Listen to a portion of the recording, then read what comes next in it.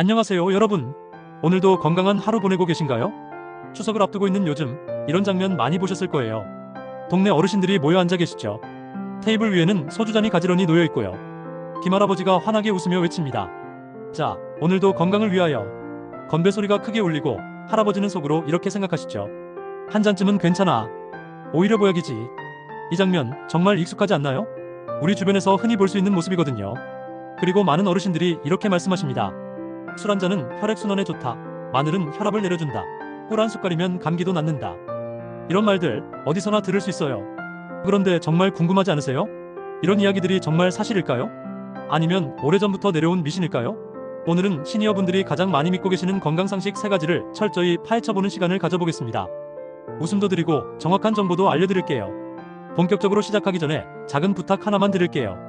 구독과 좋아요 버튼 눌러주시면 더 많은 시니어 건강정보와 재미있는 콘텐츠를 놓치지 않고 보실 수 있어요. 알림 설정까지 해주시면 새 영상이 올라올 때 바로 받아보실 수 있습니다. 지금 바로 눌러주세요. 자, 그럼 첫 번째 미신부터 살펴볼까요? 바로 술 이야기입니다. 정말 많은 분들이 하루 한 잔은 오히려 건강에 좋다고 믿고 계세요. 특히 어르신들 사이에서는 거의 상식처럼 통하는 이야기죠. 포도주 한 잔은 만병통치약이야. 소주 한 잔이면 혈액순환이 좋아진다고, 맥주 한 캔 정도는 오히려 몸에 좋아. 이런 말들 정말 많이 들어보셨을 거예요. 그런데 충격적인 발표가 있었습니다. 2023년 세계보건기구 WHO에서 분명하게 밝힌 내용이에요. 안전한 음주량은 없다. No safe amount of alcohol. 이 말은 정말 충격적이었어요. 왜냐하면 지금까지 우리가 알고 있던 상식과는 완전히 다른 이야기였거든요. 구체적으로 설명해 드릴게요. 와인 1.5리터, 맥주 3.5리터, 소주 450ml. 이 정도 양은 흔히 적당한 음주라고 불렸어요. 하루에 이 정도만 마시면 오히려 건강에 좋다는 이야기가 많았거든요. 그런데 WHO는 이렇게 말합니다. 이 정도 소량이라도 암 발생 위험을 높인다는 거예요. 심혈관 질환, 고혈압, 치매, 간 질환 위험을 함께 높인다고 합니다. 즉, 술은 한 잔도 안전하지 않다는 게 현재 의학계의 결론이에요. 그럼 여기서 궁금한 게 생기죠. 왜 한 잔은 좋다는 말이 이렇게 널리 퍼졌을까요? 사실 이건 과거 연구의 오류 때문이었어요. 과거 일부 연구에서 소량 음주자가 비음주자보다 건강지표가 더 좋은 것으로 나왔거든요.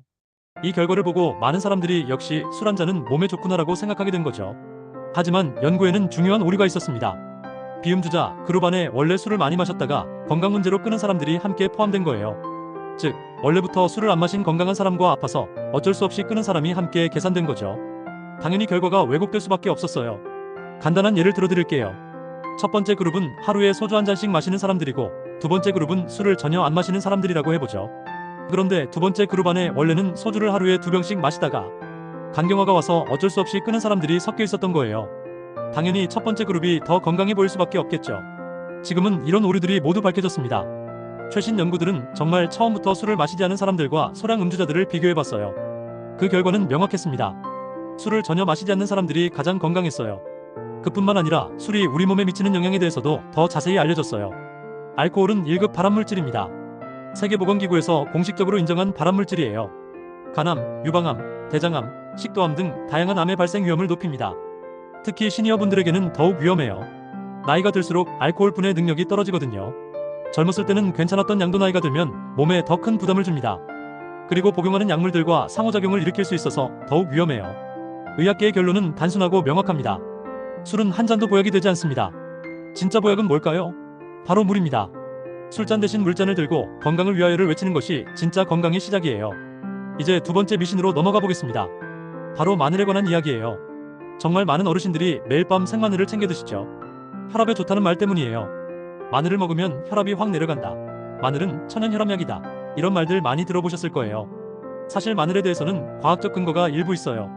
완전히 틀린 이야기는 아니거든요. 지난 2019년 미국 영양학회에서 발표된 연구를 보면 마늘 섭취가 수축기 혈압과 이완기 혈압을 유의적으로 낮추는 것으로 나타났어요. 또한 대식세포, T세포, B세포의 생성을 증가시켜서 면역 조절 효과가 있다는 것도 확인됐고요. 마늘의 주요 성분인 알리신이 바로 이런 효과를 내는 거예요. 알리신은 정말 강력한 항균, 항산화 작용을 해요. 혈관을 확장시켜서 혈압을 낮추는 효과도 있고 콜레스테롤 수치를 개선하는 데도 도움이 됩니다. 하지만 여기서 중요한 점이 있어요. 마늘은 어디까지나 보조적인 역할일 뿐이에요. 혈압약을 대신할 수는 없습니다. 이 부분을 많은 분들이 오해하고 계세요. 마늘만 열심히 먹으면 혈압약을 끊어도 된다고 생각하시는 분들이 있거든요. 이건 정말 위험한 생각이에요. 고혈압은 침묵의 살인자라고 불릴 정도로 무서운 질병이에요. 혈압이 조절되지 않으면 뇌졸중, 심근경색, 신부전 등 치명적인 합병증이 올 수 있어요. 그래서 의사가 처방한 혈압약은 반드시 복용해야 하고 마늘은 그에 더해서 도움을 주는 보조적인 역할로 봐야 해요. 그리고 마늘 과다 섭취 시 부작용도 있어요. 생마늘은 위벽을 자극합니다. 위가 약한 분들에게는 오히려 해로울 수 있어요. 많이 먹으면 오심, 속쓰림, 설사가 생길 수 있거든요. 실제로 제가 아는 한 분은 마늘이 좋다는 말을 듣고 하루에 마늘 5쪽씩 먹으셨대요. 그런데 위험이 심해져서 병원에 가셨더니 의사 선생님이 마늘을 줄이라고 하셨다고 해요. 뭐든지 과하면 독이 되는 거죠. 특히 수술을 앞둔 분들은 더욱 조심해야 해요. 알리신이 혈소판 응집을 억제해서 출혈 위험을 높일 수 있거든요. 수술 2주 전부터는 마늘 섭취를 중단하는 것이 좋아요. 그럼 얼마나 먹는 게 적당할까요? 하루 2쪽이나 3쪽 정도가 적당합니다. 이 정도면 건강에 도움이 되면서도 부작용 위험은 낮출 수 있어요. 위가 약한 분이나 수술을 앞둔 분들은 반드시 의사와 상의하시고요. 요리할 때 마늘을 넣어서 드시는 것도 좋은 방법이에요. 생마늘보다는 자극이 덜하거든요. 마늘장아찌도 좋고 구운 마늘도 맛있게 드실 수 있어요. 정리하면 마늘은 혈압 조절에 도움이 됩니다. 하지만 약을 대신하지는 못해요. 혈압 관리의 핵심은 여전히 식사 조절, 규칙적인 운동, 그리고 필요할 때 약물 치료입니다. 이제 마지막 3번째 미신을 살펴볼 차례예요. 바로 꿀에 관한 이야기입니다. 감기 걸렸을 때 꿀 한 숟갈이면 낫는다고 믿는 분들이 정말 많으세요. 꿀은 천연항생제다. 꿀만 먹으면 감기 안 걸린다. 이런 말들도 많이 들어보셨을 거예요. 꿀에 대해서도 어느 정도 과학적 근거가 있어요. 꿀은 실제로 목 통증 완화와 기침 억제에 도움이 됩니다. 여러 연구에서도 확인된 사실이에요. 꿀에 들어있는 항산화 물질들이 염증을 줄여주고 목을 부드럽게 해주는 효과가 있거든요. 특히 아이들 기침에는 꿀이 꽤 효과적이라는 연구 결과가 많아요.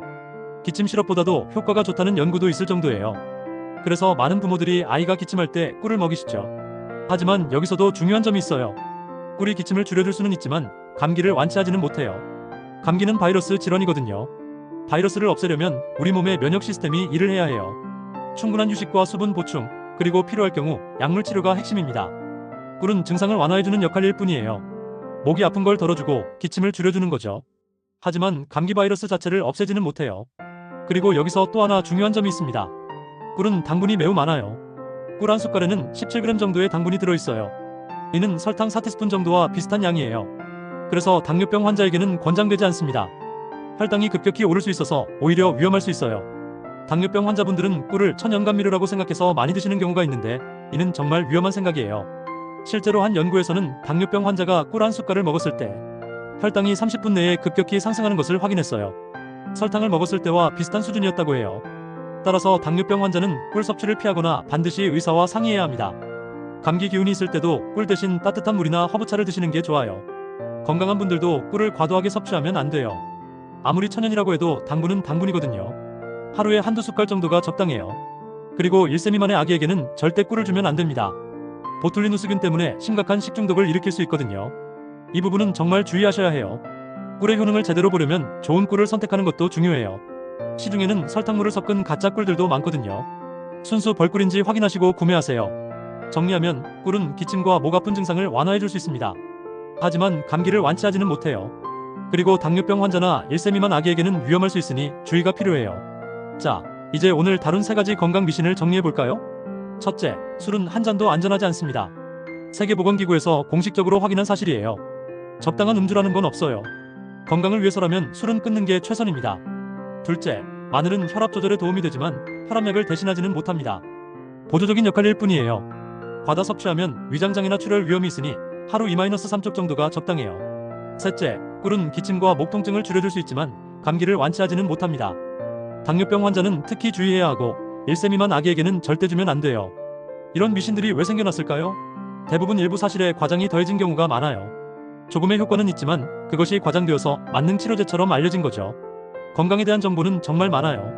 인터넷에도 넘쳐나고 주변에서도 이런저런 이야기를 많이 들으시죠. 하지만 모든 정보가 정확한 건 아니에요. 특히 건강과 관련된 정보는 생명과 직결된 문제이기 때문에 더욱 신중해야 해요. 그럼 어떻게 해야 할까요? 첫째, 의학적으로 검증된 정보를 찾아보세요. 세계보건기구, 질병관리청, 대한의학회 같은 공신력 있는 기관의 자료를 참고하는 게 좋아요. 둘째, 궁금한 게 있으면 의사와 상담하세요. 인터넷 정보보다는 여러분의 건강 상태를 잘 아는 주치의와 상의하는 게 가장 안전해요. 셋째, 극단적인 정보는 의심해보세요. 이것만 먹으면 모든 병이 낫는다. 이거 하나면 약이 필요 없다 같은 이야기는 대부분 과장된 경우가 많아요. 진짜 건강의 비결은 특별한 묘약이 아닙니다. 규칙적인 생활 습관, 균형 잡힌 식사, 적절한 운동, 충분한 수면, 그리고 매일의 웃음. 이런 기본적인 것들이야말로 진짜 보약이에요. 나이가 들수록 건강이 더욱 소중해지죠. 그래서 이런저런 건강 정보에 더 관심을 가지게 되는 것도 당연해요. 하지만 잘못된 정보 때문에 오히려 건강을 해치는 일이 없도록 주의하세요. 오늘 영상이 여러분의 건강한 노후에 조금이나마 도움이 되었으면 좋겠어요. 앞으로도 정확하고 유용한 건강 정보로 찾아뵐게요. 궁금한 점이나 다루어졌으면 하는 주제가 있으면 댓글로 남겨주세요. 마지막으로 다시 한번 부탁드려요. 오늘 영상이 도움이 되셨다면 구독과 좋아요 눌러주시고 알림 설정도 꼭 부탁드려요. 그리고 주변 분들에게도 공유해주시면 더 많은 분들이 정확한 건강 정보를 접할 수 있을 거예요. 건강한 시니어 라이프를 함께 만들어가는 구독자 여러분이 되시길 바라요. 오늘도 건강하고 활기찬 하루 보내세요. 감사합니다.